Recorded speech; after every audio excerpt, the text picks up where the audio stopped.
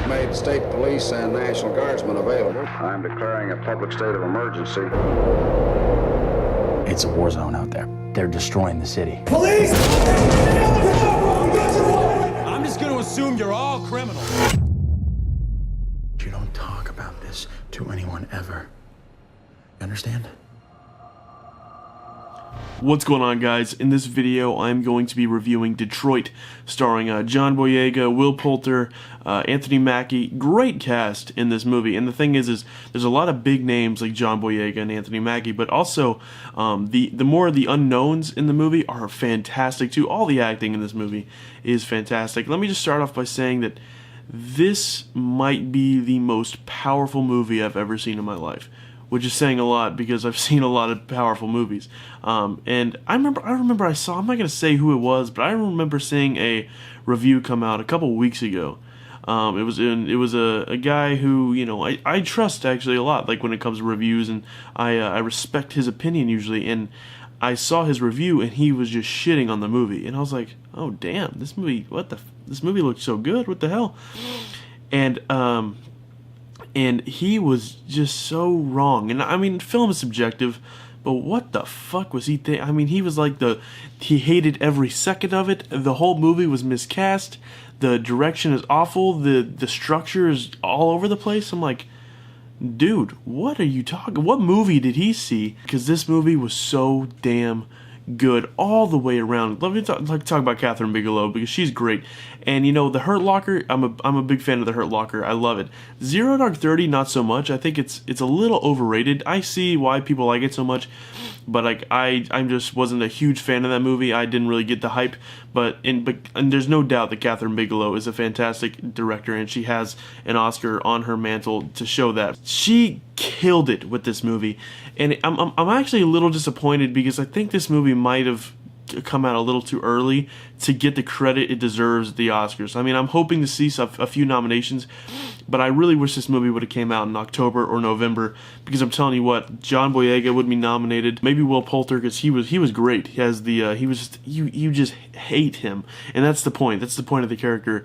He's just the asshole cop who's just doing just horrible shit, and he's fantastic in the role. He's come a long way from We're the Millers, playing the kid who gets bitten on his dick by a tarantula, and he was great. The whole cast, Anthony Mackie was great, and like I mentioned, all the unknowns in the movie, all the little side cast members were freaking-tastic. And this movie is just, I literally, when the credits rolled, for 3 to 5 minutes, I sat there and I cried, guys. Like, I cried, and I haven't been able to like stop thinking about the movie at all. And it's just so emotional, and it's just like you can't believe that kind of stuff happened or happens. Some of this shit still happens to this day. Nowadays it's not as bad as this, but it still happens, and that's what sucks, man. And I mean, go see this movie, definitely. If you were thinking about it, definitely go do it.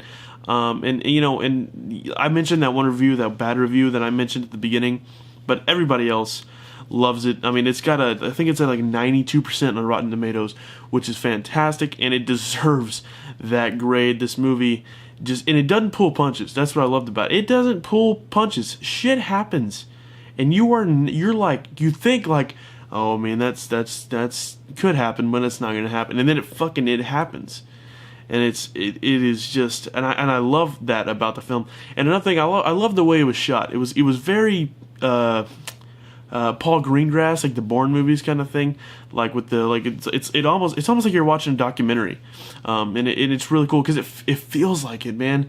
It feels like you're just like a fly on the wall in this room where this horrible, evil, awful shit is going down. And that works so well for the movie, and because it puts you there, it puts you in the situation, and you just, after the movie ends, you just can't believe it's based on a true story. And you know what's another thing is, I was really surprised because I'm watching it, I'm into it, And this isn't what I'm about to say isn't a bad thing. I got right back into it, but for a second, because I had no idea that John Krasinski was in this movie, and he plays the lawyer who represents the three cops that do all the horrible shit in the movie. He's the lawyer that represents them, and I was like, he walks into the one of the interrogation rooms where one of the cops are, and just Jim from The Office, and I was like, what the whoa, it's Jim, what are you doing? And he's like, what do you do with my clients? And I was like, oh shit, he means business. And then but immediately you're back in, and John Krasinski, not in the movie for very long, but he's fantastic in it too. All the acting, Kathryn Bigalow is so good with her actors, man. She's so damn good, and everybody in this movie gives a great performance. There's not a performance where I'm like, oh shit. And this movie has just a perfect amount of humor. It's it's dropped in every now and then. And John Boyega, who's a very funny guy, and he's not used for that too much, but he does have a little bit of it. But John Boyega, I mean, dude, thank you J.J. Abrams for finding this man. Because I mean, even though I know he did Attack the Block, but Star Wars is the reason that he got to do this movie, and he is so damn good. And they really found a talent to play Finn, and I'm so happy to see his career going where it is. He was in this, he's doing Pacific Rim, and then obviously he's doing Episode 8. He's doing so much really cool shit, and it's so exciting. And guys, just, I don't know, I've said a lot, but just see this movie. And one thing I really don't want to happen is, I don't know if you saw my review for The Dark Tower, I just don't want The Dark Tower to make more money than this movie, because that will be off. I will feel sick. I mean, look, The Dark Tower, if you saw my review, I had just seen the movie, and I was really kind of on my high horse about how shitty that movie is. The movie is not an utter pile of garbage. It's not good, but it's not an utter pile of garbage like I made it sound.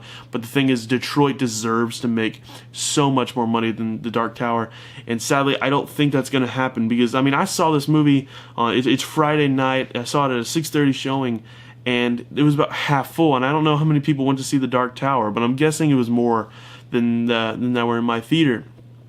And I was disappointed in that, because I feel like the marketing for this movie wasn't all that. I don't know what they were, maybe just, they didn't have the budget or something. I mean, they had good enough marketing, but I feel like not enough people know about this movie.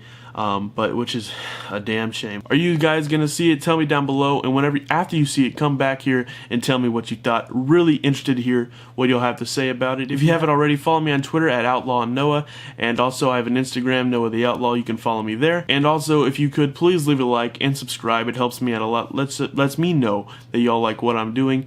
And other than that, guys, thank you so much for watching this video. I hope you enjoyed it, and I will see y'all later.